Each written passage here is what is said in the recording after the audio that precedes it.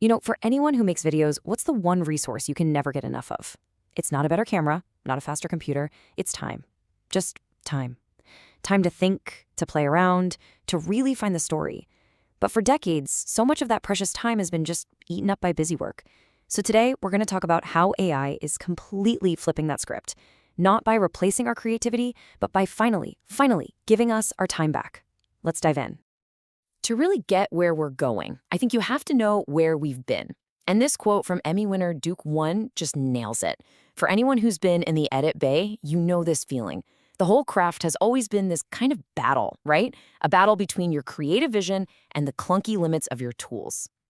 So yeah, let's trace that evolution. We're going to see how that battle has changed from something physical to digital and now to something, well, intelligent. It's a pretty wild ride, from actual razor blades to complex algorithms. If you think about it, each big era in editing was all about solving one huge problem. First, you had linear editing on tape, which was, oh man, so restrictive. You make one little mistake and you basically had to start the whole thing over. Then nonlinear software came along, and suddenly we had freedom. We could move clips around, we could experiment, but it didn't solve the problem of just wading through mountains and mountains of footage. And that's the leap we're taking right now, the era of AI assistance, which is designed to just automate all that boring, repetitive work. But see, even with all our modern software, that problem of sifting through footage is still a huge deal. Every single editor knows this feeling. We call it the traditional grind. It's that huge, overwhelming pile of work you've got to climb over before you can even start telling the actual story. The old workflow really has always been these three big stages. First, you capture your footage. That can take hours. Then you have to log and organize everything, which, let's be honest, can take days. And it's only after all that logistical heavy lifting is done that you can finally get to the assembly, the part where the storytelling actually begins. And the biggest bottleneck, the real monster in the room, is logging. I mean, if you do any documentary or interview work, you know this is the mountain you have to climb. Manually watching every single second, typing out transcripts, making notes, all while trying to remember where that one perfect soundbite was. It's just a crazy amount of work that has to happen before you can do any of the fun, creative work. And what you end up with is this total imbalance. You've got all the logistical tasks on one side, and they take up most of your time.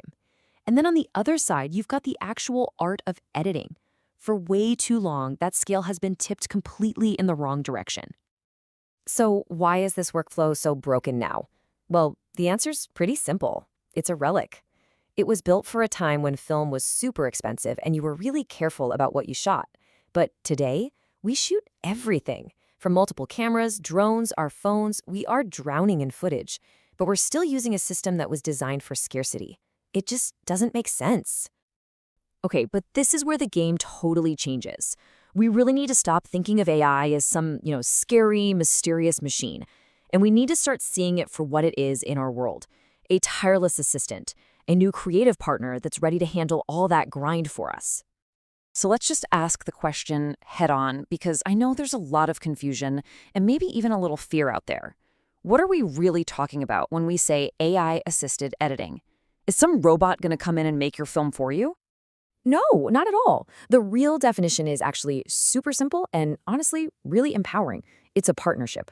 The AI handles the objective, repetitive tasks, the stuff a machine is great at. And this frees up the human editor, you, to focus only on the subjective, creative things that only a person can do, shaping the story, finding that emotional core, crafting the rhythm.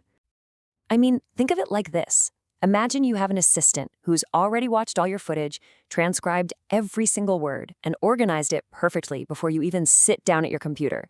An assistant who never needs a coffee break and can instantly find any line of dialogue you ask for.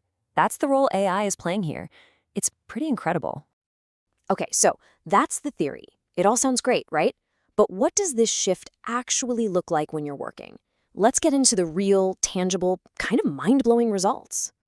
The difference here is just staggering. That manual transcription that used to take you hours, it's now an instant automated transcript. Hunting for that one key quote by scrolling through pages and pages of text? Nope. Now it's a simple search that takes you right to that exact moment in the video. You can even build a first draft of your story just by highlighting text. The time savings aren't just small, they're exponential. So how does it do all this? Well, tools like Eddy AIs are basically doing everything an assistant editor would do. They're creating transcripts, yeah, but they're also figuring out who is speaking and when. They're tagging themes so you can just instantly find all the moments where someone talked about hope or conflict. They can even do quick cleanup passes, getting rid of dead air and saving you even more time. And this really is the promise, delivered right now. The power to take an hour-long interview and boil it down to its very best 2 minutes, in just a few seconds. This isn't science fiction anymore. For more and more editors, this is just the daily workflow. It is a fundamental shift in what's even possible. So this brings up the most important question of all. What do we do with all this time we get back? And the answer? Well, it brings us right to the heart of this whole conversation, the human element. Look, being faster is great, but speed is just a byproduct. The real goal here is freedom. The freedom to try out a totally different story structure without worrying that you have to rebuild everything from scratch. The freedom to spend a whole afternoon just perfecting the pacing of a single scene.